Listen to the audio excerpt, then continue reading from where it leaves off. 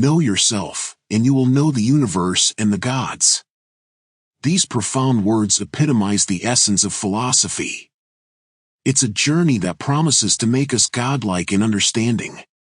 Philosophy invites us to explore the grand and noble concept of tranquility of the soul, which is akin to the divine euthymia the Greeks spoke of. I call it simply tranquility.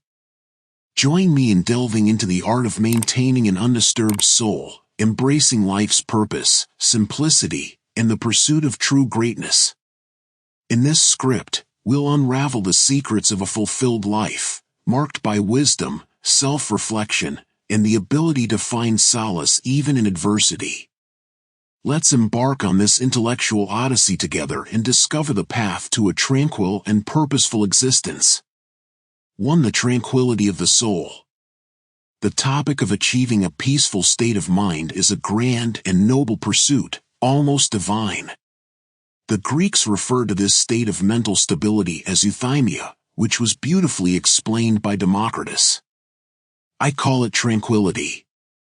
The question is, how can one maintain a balanced state of mind, be content with their current situation, and avoid fluctuations in mood?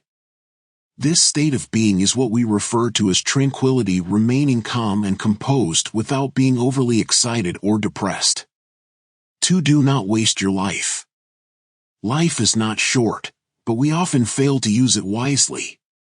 If we make the most of the generous gift of a long life, we can accomplish great things. However, if we waste it on luxury, carelessness, or useless pursuits, we will regret it when it's gone. Many people are restless and always looking for something to do. They engage in absurd and pointless activities, like ants wandering along tree branches. We should avoid this kind of agitated idleness. When we don't have any duties to fulfill, we should limit our actions. I prefer to keep my life simple and confined within the walls of my home. I don't want to waste a single day without gaining something valuable in return. I want to focus on self-cultivation and avoid anything that doesn't align with my values. I want to enjoy tranquility and be free from both public and private concerns. We should also avoid exerting ourselves unnecessarily and pursuing things that are beyond our reach. We should only invest our energy in worthy pursuits that will have a positive impact. When we fail to achieve the desired outcome, we often experience sorrow.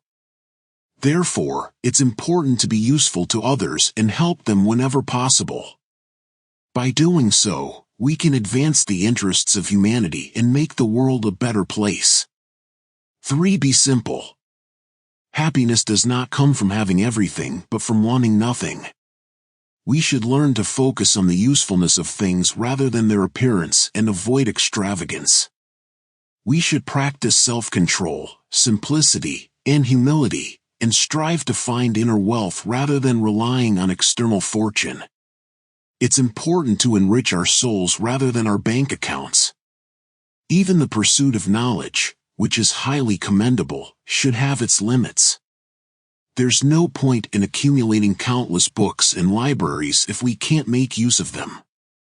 Some people use books as mere decorations, without actually reading them. Let's have enough books for our needs and not for show.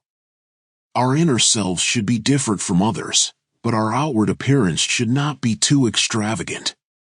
Only virtue is truly grand and elevated, and it must also be serene. 4. Do not react. There is no greater indication of greatness than being impervious to things that would provoke a reaction. When someone disdains those who provoke them, they have risen above the crowd and elevated themselves. Truly great people do not show sensitivity to insults.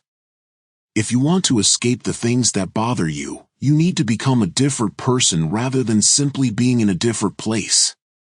The wise do not get angry with those who make mistakes. Why? Because they understand that no one is born wise, and only a few become wise in each generation. They have a complete understanding of human life. No sensible person gets angry at nature. Do people get angry at children who lack discernment? It is an even greater and more justifiable excuse to be an adult. We are born into this condition, exposed to soul afflictions no less numerous than bodily ailments. We are beings who are not obtuse or inept, but who misuse our insight, setting examples of vices for one another. 5. Overcome adversity. The Stoics believe that all adversity is a form of training. Just as labor strengthens the body, difficulties strengthen the mind. Wisdom is not acquired by chance, it is the result of hard work and perseverance. The path to greatness is challenging, but those who try, even if they fail, should be admired. We should remind ourselves that none of the things that seem terrifying to us are insurmountable. Many before us have overcome them, and so can we. Persistence is the key to overcoming any obstacle. The human mind is capable of conquering anything, no matter how challenging or daunting it may seem. Diligent meditation can help us become familiar with difficult tasks, and discipline can help us tame our passions. If we set our minds to something, we can achieve it. The most important part of progress is the desire to progress. We often avoid difficult tasks because we are afraid of failure, but the only reason they seem difficult is because we are afraid to try. We all suffer from curable ills, and nature itself helps us mend ourselves if we have the desire to do so. The path to a happy life is simple: embark upon it with good intentions and the assistance of the gods. To live is to struggle, and every life is full of challenges. We must learn to adapt to our circumstances, complain as little as possible, and take advantage of any opportunities that come our way. In all things, we should strive to be grateful. Even amid bitter experiences, a resigned soul can find some comfort. There is only one way to find relief from great ills: to endure them and submit to their demands. We can find diversion, relaxation, and pleasure in any kind of life if we learn to see our hardships as light rather than odious. 6. Rest.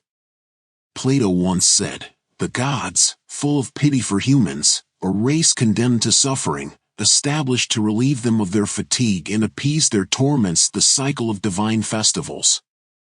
They gave them Apollo and Dionysus as companions and guides, so that, thus nourished in the celebration of this divine frequentation, they might regain their righteousness and order."